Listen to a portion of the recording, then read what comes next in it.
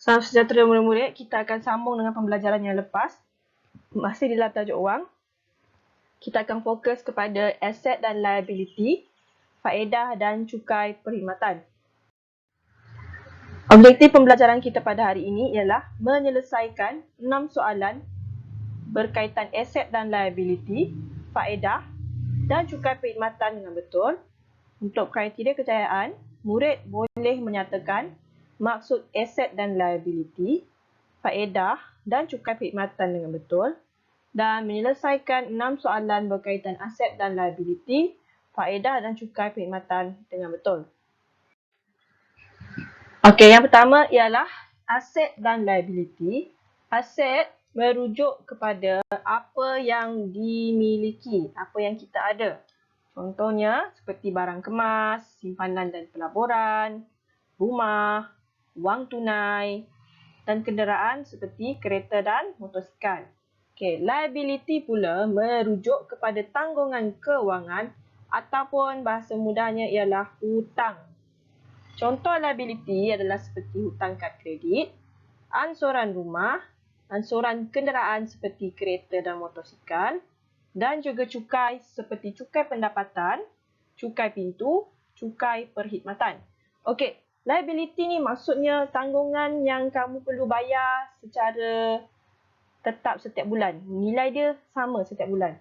Okey, hutang yang kamu perlu bayar setiap bulan. Okey, aset ni pula merujuk kepada harta yang kamu memang ada. Okey, di sini kamu nampak kan, rumah tu adalah aset, tapi ada ansuran rumah. Okey, ansuran rumah, hutang, liability. Ini bermaksud, okey, apabila contoh kamu membeli rumah kan, apabila rumah itu dibeli, biasanya kita akan gunakan pinjaman daripada bank ataupun daripada institusi kewangan kerajaan seperti penjawat awam. Dia ada sistem peminjaman wang, seperti ada lembaga yang menguruskan lah untuk pinjaman perumahan. Jadi rumah tu memang kamu beli, jadi memang aset kamu, tapi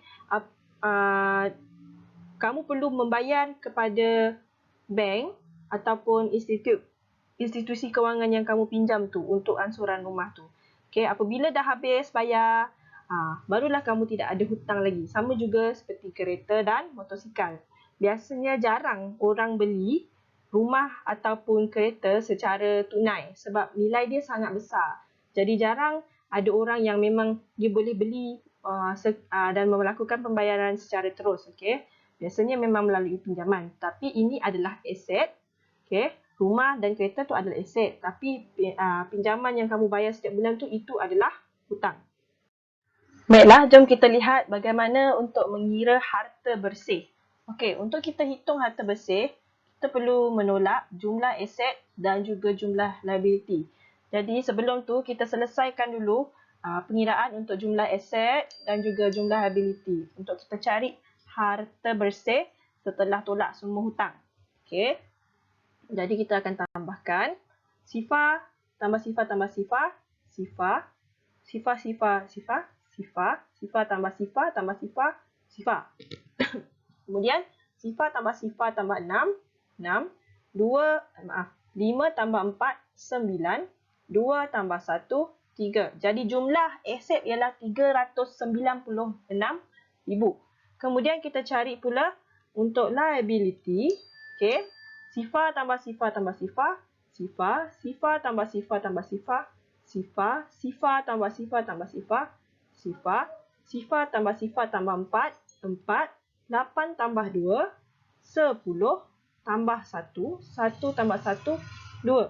Jadi jumlah liability ialah 204,000. Kemudian kita kira harta bersih, jumlah aset tolak dengan jumlah liability.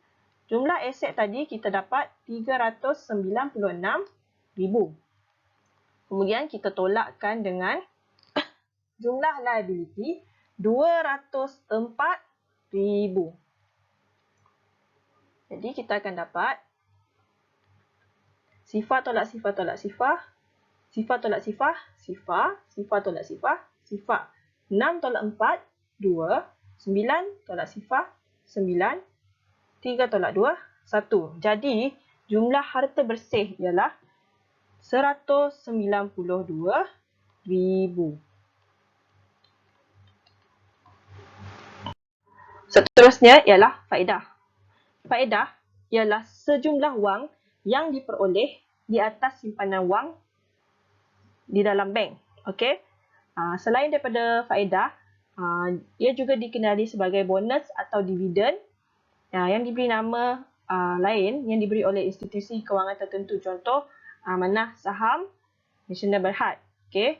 Pada hujung tahun mereka akan beri bonus ataupun dividen. Okey. Pengiraan faedah ni sama seperti yang murid-murid telah belajar semasa tahun 5, iaitu faedah mudah dan faedah compound. Okey. Jadi di sini kita lihat cara pengiraan faedah. Okey.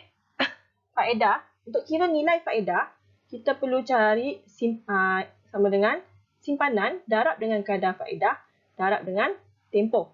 Okey. Jadi di sini nilai faedah dalam diberi wang simpanan adalah sebanyak 15,000. Kadar faedah adalah 3% setahun dan tempoh simpanan pula adalah selama 3 tahun. Jadi untuk kita kira nilai faedah, okey, simpanan tadi ada 15,000. Kita darab dengan 3% setahun, iaitu 3/100, dan kemudian kita darabkan lagi dengan 3 tahun. Okey. Boleh potong, ada 2 sifar. Jadi tinggal 150 darab 3 darab 3. Okey. Jadi kita darabkan 150 darab 3 sifar 15 1 4, darabkan lagi dengan 3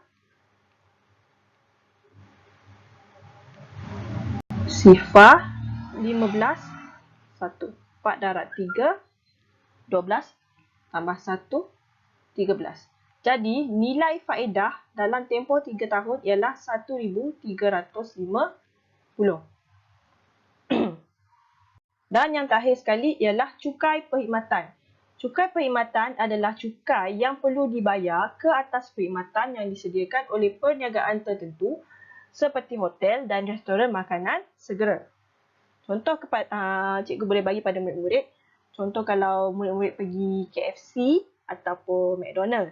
Okay, bila lihat resit tu, kat bawah sekali dia akan tulis service tax berapa peratus. Okay, service tax tu cukai perkhidmatan lah. Akan tulis berapa peratus, mungkin 6%. Kemudian 6% tu dikena, cukai 6% tu adalah berdasarkan apa barangan yang kamu dah beli, okay, ataupun perkhidmatan yang kamu dah dapat. Baiklah, mari kita lihat cara pengiraan untuk cukai perkhidmatan. Jadi di sini kita lihat satu bil daripada sebuah restoran. Okay, diberi harga untuk 2 nasi campur ialah RM12, 2 gelas teh O5 ais RM6 dan 4 biji kuih ialah RM2. Jadi kita cari dulu jumlah keseluruhan. Kita akan dapat 12, okay, 2 tambah 6, 8, 8 tambah 2, 10. 1. Jadi jumlah adalah sebanyak RM20. Jadi cukai perkhidmatan yang dikenakan ialah 6%. 6% daripada RM20. Jadi kita akan tulis 6/100 darabkan dengan RM20. Okey. Jadi ni kita boleh mansuhkan. Kita akan dapat RM2 darab 6 bahagi 10. Kita akan dapat 12/10. Okey, gerakkan 1. Nak panah. Jadi RM1.20. Okey. Jadi nilai cukai perkhidmatan ialah RM1.20. Maksudnya di sini nilai cukai itu tadi RM1.20. Jadi jumlah bayaran tadi kamu akan ambil RM20 tambahkan dengan RM1.20 iaitu cukai perkhidmatan tadi. Jadi kita akan dapat sifar RM21.20 sen. Jadi jumlah bayaran ialah RM21.20. Baiklah murid-murid, cikgu harap penerangan yang diberi tadi dapat membantu murid-murid untuk menyiapkan latihan yang diberi. Sekian saja, terima kasih.